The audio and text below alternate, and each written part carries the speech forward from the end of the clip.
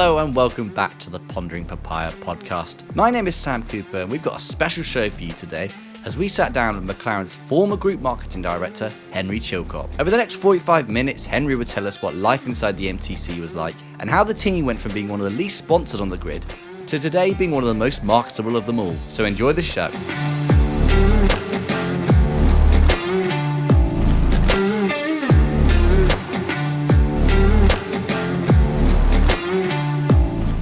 So joining me now, as promised, is Henry. And Henry, once again, huge thanks for you joining us, especially such a busy time in the Formula E world. You're off to Monaco in a few days. But yeah, so thanks for really giving us the time to join today.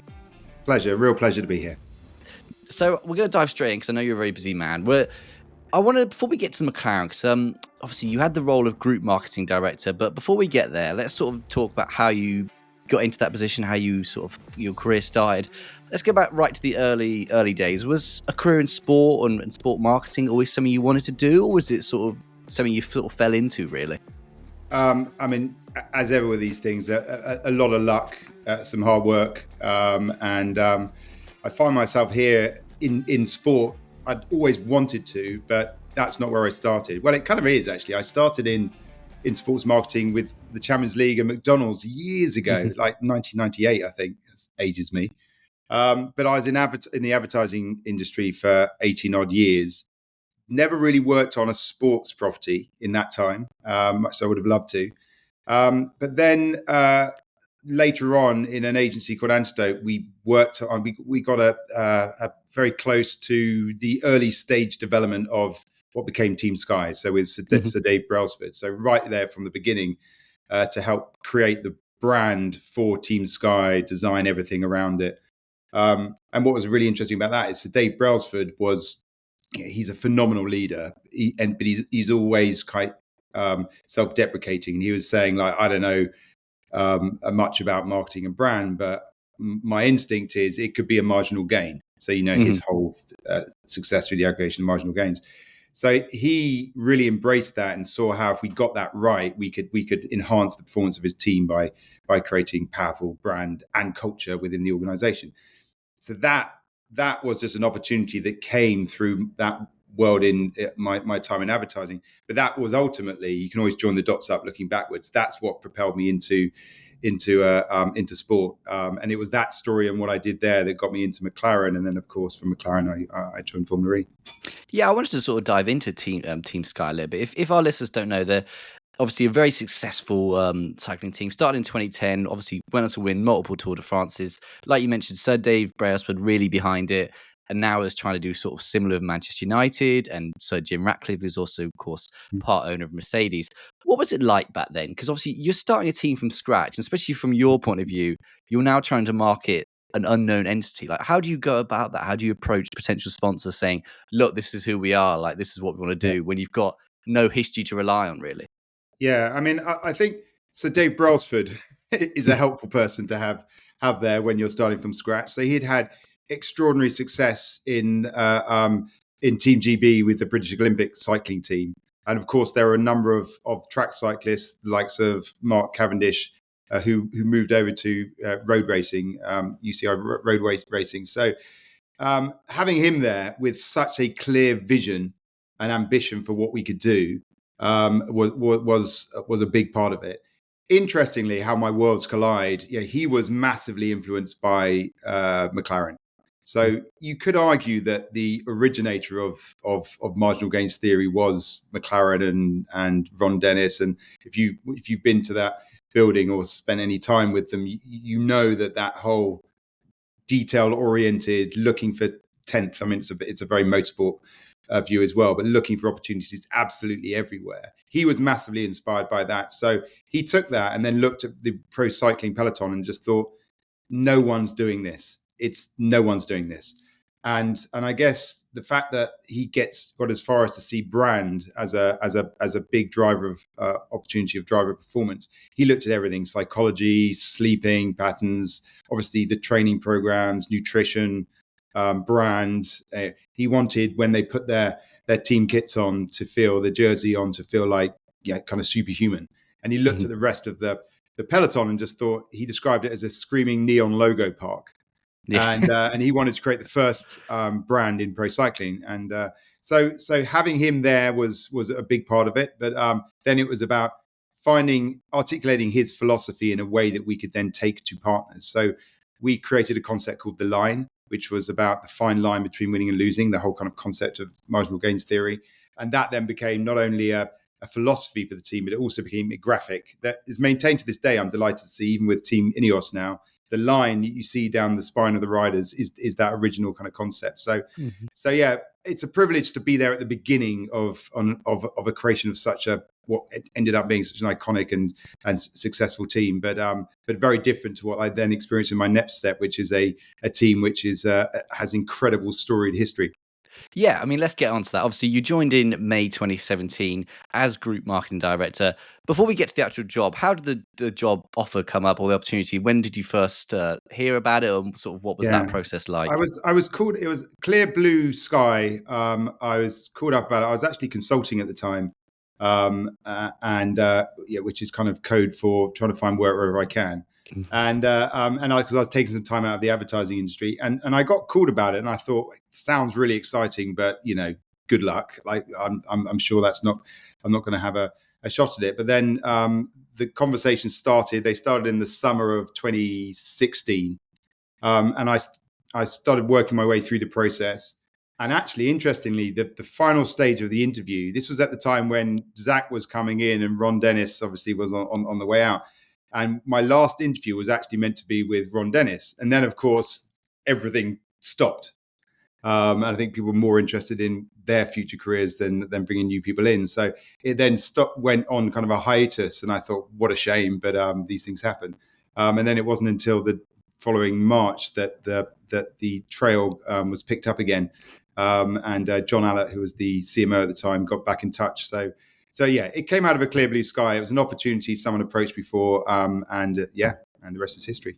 Were you a racing fan beforehand, or were you going in relatively one clean of my slate? first questions, and I said I'm not a racing fan, and it was interesting. One of those moments, right? As in, but what I did say is I am a generalist sports fan. I love sport, and get me to spend any time with any sport, and I'll become a massive fan of that sport. So the same had happened with pro cycling. I hadn't followed it at all, and then I became a big fan of that. So at the outset, it was something that was I was familiar with in the background of my childhood, but it wasn't one of my major sports. But I think at the time, I remember my CMO at the time, or the interview at that time said, don't worry, we've got plenty of people who are massive motorsport fans. I don't think that's, in fact, having a little bit of distance could actually be a good thing. So I enjoyed that distance for a short time before becoming a mad McLaren fan. And one of the questions I love to ask people who've worked at McLaren is sort of, what are your first impressions of the MTC? Because I'm lucky enough to have been there a few times. It's just breathtaking. Like, what was it like to work in there as an employee of McLaren? Like, can you remember your first day walking into the building? I remember the interview and just thinking, stay calm. Because it's an imposing place. It's an imposing architecture. And I love it because it's not just architecture for architecture's sake. There's thinking behind absolutely everything there. But when I first got there, I was blown away. I mean, you'd heard about it. It's kind of mystique about it. In the Ron Dennis era, to get in there, like, I think it's easier I don't think, I know it's easier to get into now than it was. It was part of the mystique. Even having a meeting with McLaren, it was a very rarefied atmosphere. So, but that pervades, even though different leadership and things moved on a lot in the post Ron era, the architecture remains, the boulevard remains, all those iconic race cars remain. So you feel like you're entering something which is special and quite daunting, but then has an incredible history, incredible narrative, so I loved it, and I loved the opportunity to then kind of build on that or play some small part in adding to that legacy. Definitely. Let's get into that then, because you joined at McLaren, and it's one of the most interesting times, but obviously one of the most difficult times for the team, and probably the biggest transition since Bruce McLaren. Like, obviously going from Ron Dennis to the Zak Brown era. Like, let's start with your job to begin with, then we can touch on the company as a wide. Really, sort of, what was your role as you understood it? Like, what does a group marketing director do? Like, what was your, because obviously during Yeah, that time, sponsorship on McLaren, we can look back at those kind of cars and they were very blank to what we were seeing these days. they Like, were. how So, big was that challenge? yeah, I mean, I think so. It was in the infancy of the Zak Brown era. So a big part of my role when I joined was to help support the commercial growth of the business. So attract new partners into the business. So that was a significant part of it because that's how you make the cars go faster, get the revenue in. So that was a big part of it. But what was interesting, as ever happens, when you get your foot in the door and you see where you look around, you see where you can add value. I guess my view very early on is that we needed to, and this is done with real respect for a brand like McLaren, but it felt like the purpose that drove the organization wasn't right anymore. Mm-hmm. And which was a bold thing to think, let alone then articulate in presentation. But the words that would be over the door, if there were words over the door, for McLaren back then was "We exist to win." So that was the purpose of McLaren. We exist to win, which in some ways I have massive respect for, because I'm a big believer in simplicity. So there's no ambiguity there, right? But my kind of observation quite early on is that if you exist to win and you haven't won, I mean, I think it was 2012 was the previous victory, and I think 98 was the last constructors. If you exist to win and you don't win, then you almost create a existential crisis for the business, because if you exist to win, you don't exist. So we needed to shift away from a world where it's all defined by crossing that finish line first, to what we then articulate as the fearless pursuit of better. So it was all around a move to a celebration of progress and ultimately successful follow, which actually was something I learned from Brailsford. So his view was, don't focus on the finish line, focus on the process. The results will take care of themselves.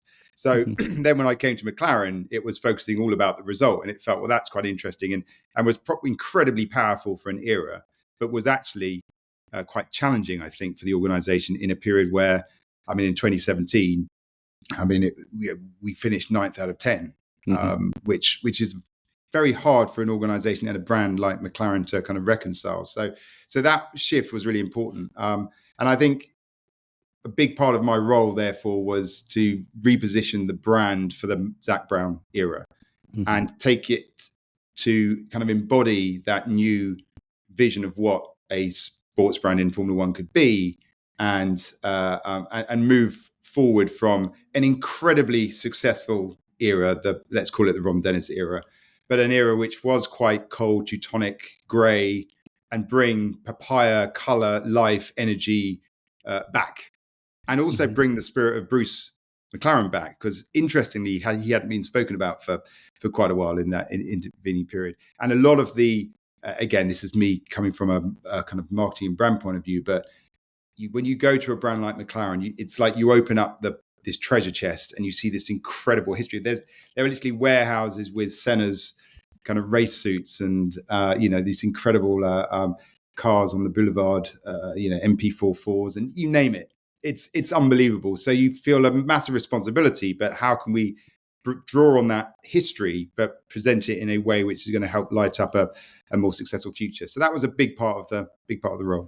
And on a practical terms, how do you do that? Because you mentioned there about the car changing to more papaya colours, but away from maybe the thing people see on the track, sort of what methods can you use to make McLaren seem fresh, seem sort of new and exciting to a different audience? Well, it has to come from the brand, right? So none of it is manufactured. All of it comes from the origin story. So, and it has an amazing origin story. It has a founder who died trying to make the car go faster, and a founder who, we didn't create papaya.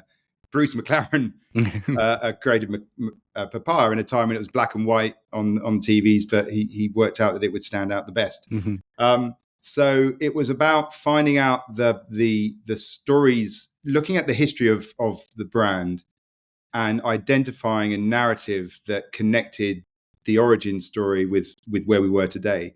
And the interesting insight was that McLaren had always been at its best when it had been at its bravest. So through all the moments in its story kind of history, it had been at its most successful when it had been at its most bold, and that boldness had kind of felt like it had gone a little bit. And so then you go, right, how do we bring back that energy, that boldness, that color to the organization and give it permission to win again, even when it's not necessarily crossing the finish line first, because that was obviously going to be a process, but not something you could throw a switch on. So it was about looking at the history, the story across McLaren, including McLaren Automotive. This is a brand that decided to build a road car to beat, because it was annoyed with Ferrari and wanted to beat them at their own game. I mean, that's an incredibly bold move, right? This was the brand that brought carbon fiber into F1 when everyone thought they were insane. They totally changed the game. So again and again, all the way back to the founder, it had made these really brave and bold leaps, and that's when it had been at its most successful. So it was about rekindling that bravery and that energy and that color in the brand. So that's kind of how we went about it. Mm-hmm. And what were those early meetings like with sponsors? Because like you mentioned, the low finish isn't going to be that appealing when they've got the offers of someone like a Ferrari or a Red Bull or Mercedes, whoever. What were you saying to them? Saying like, look, this is what we're going to do. Like, how are you sort of selling the dream of McLaren? Yeah, I think it's a really interesting one, because what's very a big bear trap in motorsport is to point at the past, because motorsport is relentlessly forward, right? So, but there was power in that story. So it was about how we can get people emotionally connected with the journey back to the front of the grid. And interestingly, I remember early meeting with Zak talking around, if we can't sell performance, we need to sell purpose. And right now, looking at the latest result, whatever it was, 17th and 18th with Fernando Alonso and Stoffel Van Dorn at the time, we didn't have performance to sell. We had an amazing history of performance, but in the present, we didn't have a performance story to tell. So we needed to articulate the story that was going to emotionally connect with brands and allow them to tell their story through that platform. So that idea of the fearless pursuit of better, this forward looking organization, which has always been on a path to greatness, and all sports have legacies and moments of ups and downs, but making them believe that we were putting everything in place to set the next new exciting era of McLaren, which was going to be one of color, of boldness, of bravery, of ambition, and all those things. And of course, a number of partners departed, as is going to happen when the results aren't there. But then what was fantastic, and that I can remember very fondly, is when you started doing some renewals. So Hilton, I remember, they believed in McLaren and they stuck with, and now they're still there and they're really enjoying the upside. Some other partners, won't mention them, weren't so long-sighted on that. But when we started bringing in some new partners, it felt exciting, because if they're buying into who we are today, it's all kind of upside. And if we believe where we're going to get to, and it's going to be a journey to get there in terms of performance, then if they buy into us where we are today, then when that performance returns, we're going to be flying together. So it wasn't easy, and there were lots of tricks. It was amazing education for me to work with Zak, to work with the likes of Nick Martin, who's still there, Matt Dennington, Lou McEwen, etc., all of whom are still there and still very good friends of mine. Very good at finding a way to entice and inspire people to part with their money to become part of this story. But it wasn't easy. Like in that first season, obviously not easy, but it did build. Like I think I can remember, and I've said it before. So it went from 10th to 6th to 4th to 3rd. Like there was a story there, and people were celebrating, and were given permission to celebrate those victories, even if they weren't crossing the line first, because the pursuit of better is different to, if you don't win, you fail, which was probably quite a Ron Dennis attitude, which was incredibly successful for its era, but just wasn't helping in the present era. You mentioned him a couple of times already. Zak Brown, he's known as he's like sort of a marketing guru, isn't he? Like he's obviously he came from not a dissimilar background to yourself, really. Like what was he actually like behind closed doors when you get to that negotiating table? Like what was it that made him so good at attracting big sponsors? He's interestingly, people have a perception that he's bold, he can be brash, very, very confident. he is definitely very confident, but he also has an ability to be self-deprecating. So I remember him describing himself to me as a sales schmuck. I'm just a sales schmuck. And which clearly wasn't true. A little bit like Dave Brailsford saying, what do I know about brand? But then went on to create this kind of iconic brand. So he was self-deprecating was the first thing, which I think a lot of people would be surprised to hear. He also had a really clear vision. He went aggressively after getting the right people to help him deliver that vision. And then he backed those people 100%. He didn't tinker. He was very clear about what he wanted. He was very demanding. But when, for example, you were putting a pitch together, he would back you. And in a meeting, he would back you. So, and I remember we had an incredible, the MTC has incredible, I've been pitching my whole life, right? Mostly in advertising agencies. But when you can go start the meeting and start to inspire with the kind of history and then talk about where we're going to go, and then take people on that walk down the boulevard and you're through osmosis, all of that incredible kind of history that you observe past the trophy cabinets down to the MTC. Oh, shall we show you the McLaren production centre where you can see the supercars being built? It's an incredible sales pitch, and Zak was very good at building that pitch in a way which was, I think, more open and more respectful than people expected from McLaren. I think it had got a bit of a reputation for holding on to its past glory and being a bit stiff and inflexible.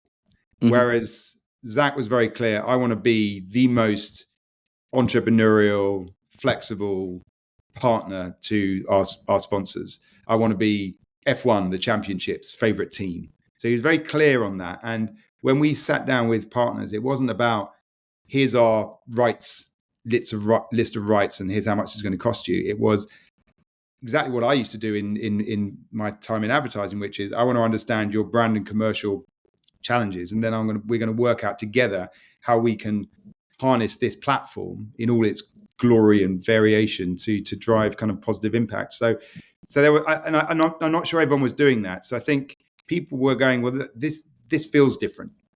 This doesn't feel like the old world of kind of motorsport, and I think that worked well and continues to work incredibly well. I mean, I was just on the phone to Matt Dennington, who's one of the co-chief commercial officers at the moment, just the other week, and they're doing very well. Like commercially, it's a tough market for sport at the moment. I know that as well as anyone, but they're doing great, and those early foundations that Zak put in and the people that he brought in persist.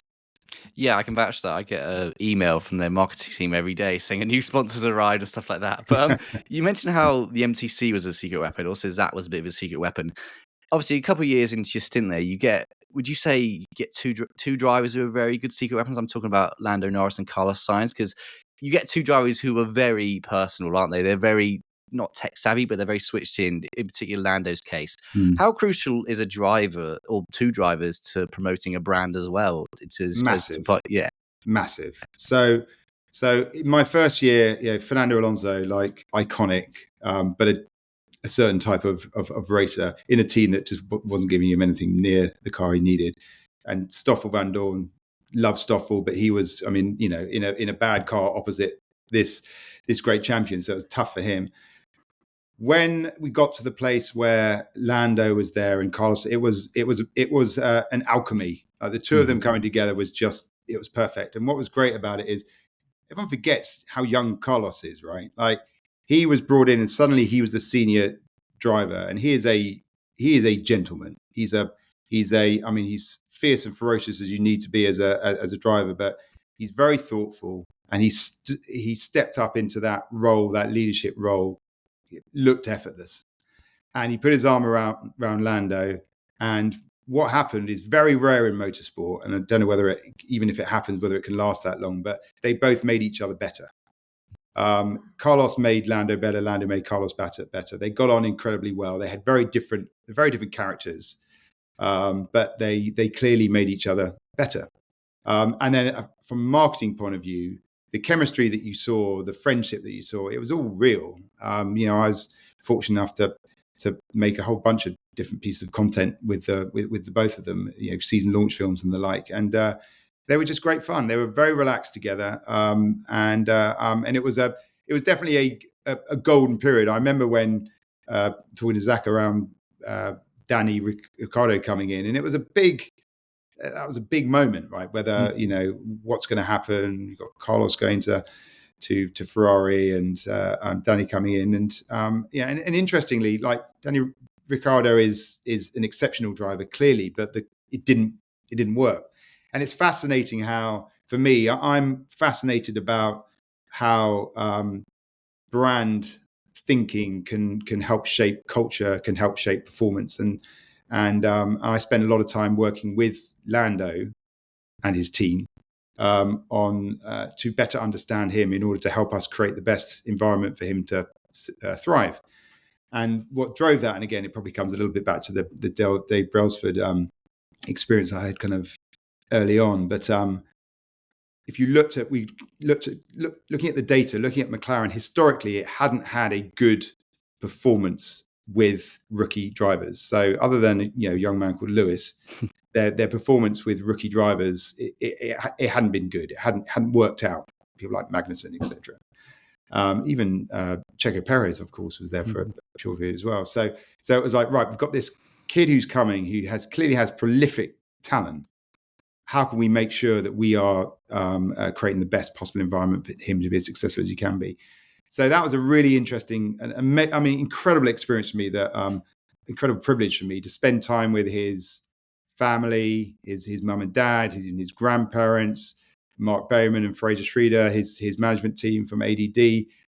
Even spent a day go-karting up at Wilton Mill, something like that, where I pushed these things way faster than anything I'd experienced, and I stuck them into the tire wall a couple of times.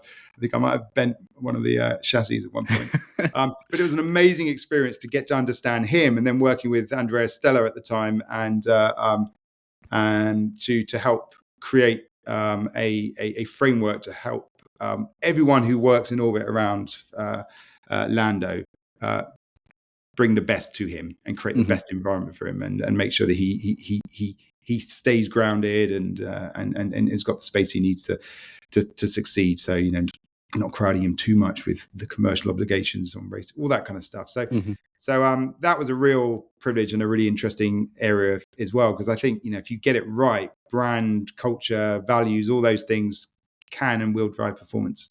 And in your opinion, what makes a driver marketable? Because obviously Lando is definitely up there in terms of marketable drivers, and I think you sort of mentioned about Ron Dennis era, but maybe more in general F1 era, like this current crop are so much more open, aren't they, to the wider world? Obviously, social media's played a huge part of that.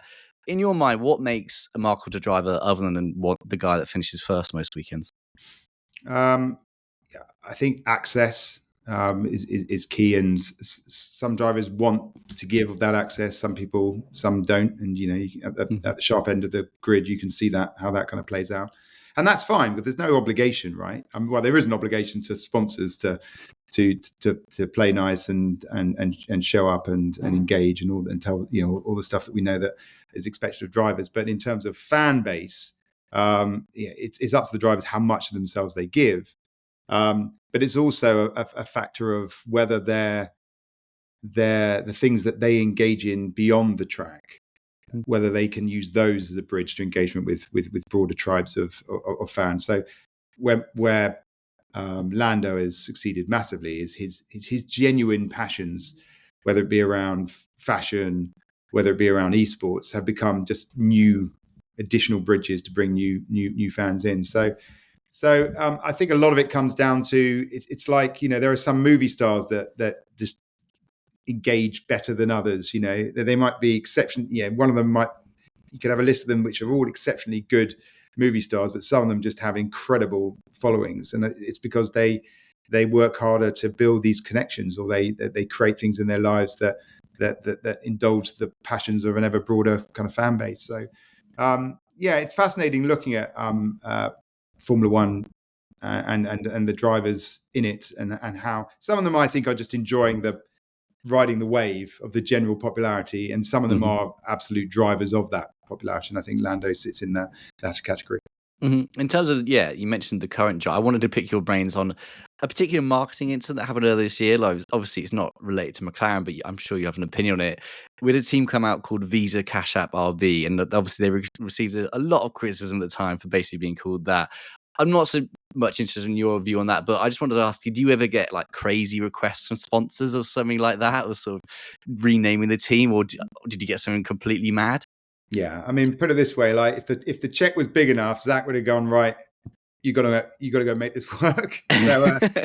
So yeah, there is, but I think what happened in my time was I don't know whether we just said it was this or deliberately, or whether it was just this is just the way it turned out. But the era of having a title partners, there was a period when it was just it became rarer and rarer. And McLaren obviously don't have a title. They have lots of partners, but I think not having a title partner just allows a kind of a purity as a brand, which means you're going to connect with more people. I think it's harder to have a title partner than it is, but obviously, money talks.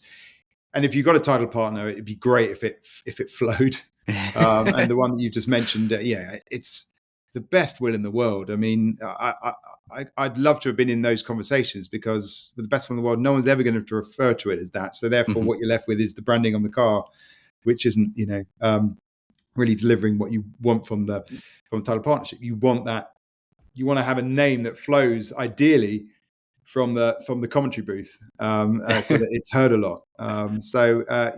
You do sometimes get those asks, and sometimes you have brands come in which feel like it's a real meeting of minds of in terms of the kind of cultures of the brand and the race team, and sometimes it doesn't feel quite. I mean, always we'll find a way to present the kind of the intersection and how they work brilliantly for each other. But of course, some brands just feel perfect, and it doesn't require much work from people like me, and some it's slightly harder work.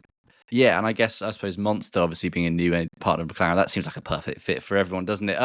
Let's get back to your career. So obviously you leave McLaren in 2020, you move on to Formula E, first as Chief Brand Officer, now Chief Marketing Officer as well. Like, can you first talk a little bit about why you made the move across from McLaren to Formula E, sort of what was inspiring you? So it was a strange time. This is 2020, so we've just had the opening of the season. First race in Australia was then cancelled, and I was contacted about this role, and I was immediately interested because I was fascinated by. It felt like it could be the future, but it felt like it had a long way to go. And what kind of attracted me to it was I like entrepreneurial businesses, and I liked how Zak made McLaren feel entrepreneurial. But there's nothing quite like being in what was effectively a startup. It was whatever it was, 6 years in, five full seasons, I think, only. So very early days, and a lot of kind of blue water, blue sky, kind of above it.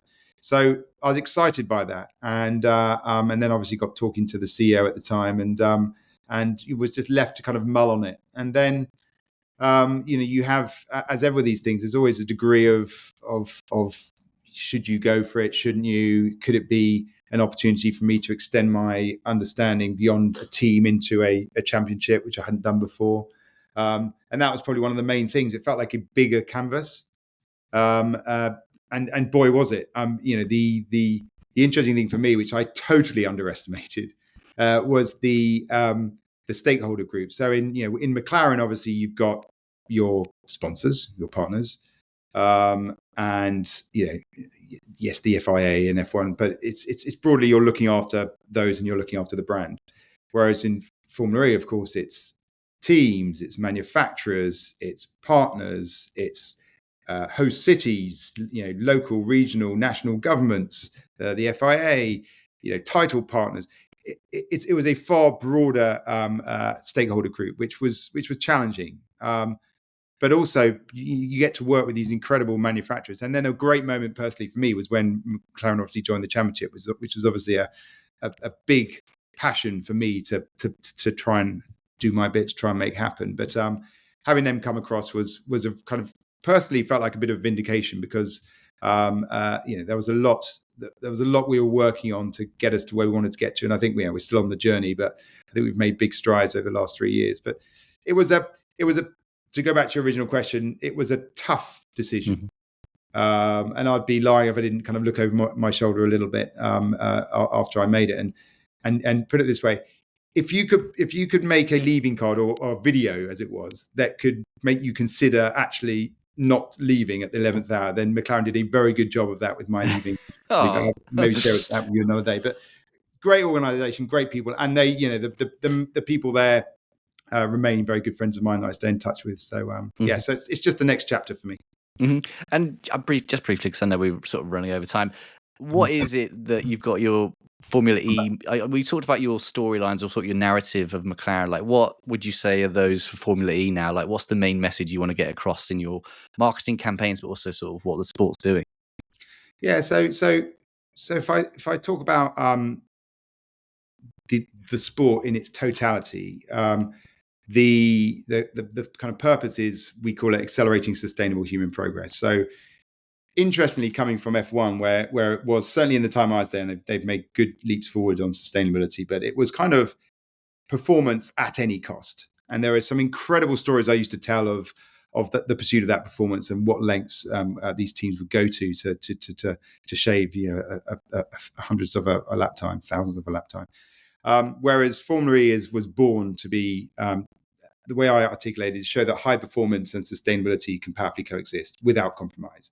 So we make a lot of decisions which have to live up to very high expectations of sustainability. So, for example, we could be 4 seconds a lap faster in Monaco if we had slick tyres. Now, most people don't know that. Most people don't care about it. But if we were just thinking about performance without any consideration for the environment, then life would be easier as a pure play racing series. So high performance sustainability powerfully coexisting. So that's the platform which is valuable to all of our partners, because there isn't a boardroom in the world where they're not talking about that. We need to continue to create great products, great services, whatever it might be, but we need to do so in a way which is good for people and planet. So that's an interesting platform for all sorts of brands to kind of use. From a fan point of view, and this is the point I will always make, it's about entertainment. Like sport is competing with many things for attention, and fundamentally, the most important thing we can do as a championship is to create the most exciting, dramatic championship out there, the most competitive. So that's what we've put a huge amount of focus into delivering. So over the first, I've been here, it'll be incredibly 4 years in July. First couple of years, obviously tough time through COVID, was to focus on the product, to create a product. We created a new race car in the Gen 3, the sporting format. We did a lot of work with the quali. I think we're very proud of our quali. It's really entertaining, and quali is a hard thing to crack. So we focused a lot on making sure the product, the racing, was entertaining and dramatic and felt different. We don't just want to be another version. We want to feel different. And I think we've delivered that. And so we've got, the narrative, our season narrative at the moment is it's articulated as It's On. And it's all about competition. It's all about us believing we are the most competitive motorsport on the planet. We've had now 6 different winners in our first 6 races, and it's dramatic, it's tight, wheel-to-wheel racing, and it's exciting. I mean, if I'm honest, when I first came, I was a bit like, on the racing, it wasn't quite there. There were moments, but whereas now, genuinely, and I'm probably Formula E's toughest critic, I think it's really entertaining. It's a great way to spend an hour. I also love Formula One. There's lots of great stuff happening there. You've got a leader who's running away with it. We did a little activation to lean into that earlier this year with our CEO. But we're proud of what makes us different. But the ambition really is to create entertainment that most sport fans love, and there will always be a cohort of people who will never want to engage with Formula E. But there are a lot of people out there who are very happy to go, you know what, it's okay to love both. Mm-hmm. Or more, right? So yeah, and interestingly, go back to McLaren, there was this concept called the kind of McLaren solar system of racing. So at the center of it was the sun, which is F1. That gives gravitational pull to all the other racing series. When I was there was also IndyCar and there was esports. But now it's IndyCar, esports, just about to enter WEC. You've got Extreme E, Formula E. And that's great because it's a iconic race team that loves to race, and it's finding lots of exciting ways to race differently all around the world. So I love that about McLaren. I think going back to that point of the energy we talked about, like it used to be all about Formula One, almost to the point where the road car business was just there to generate revenue in order to support Formula One, right? Whereas now it is a racing team which is racing across multiple series, and bringing kind of energy and color and entertainment to a whole bunch of different canvases. So I think that's great. And it also works really well commercially because IndyCar obviously fantastic in the US, obviously F1 growing over there as well. And Formula E is just bringing a whole different form of racing and that incredible sustainability narrative. So I think Zak's onto something. And he usually is, isn't he? That seems like a great way to end it. Yeah, my thanks again go to you for joining me. That's been a hugely fascinating chat. I could chew your ear off all day about that. So yeah, thanks again once again for joining us. You're very welcome. Been a pleasure.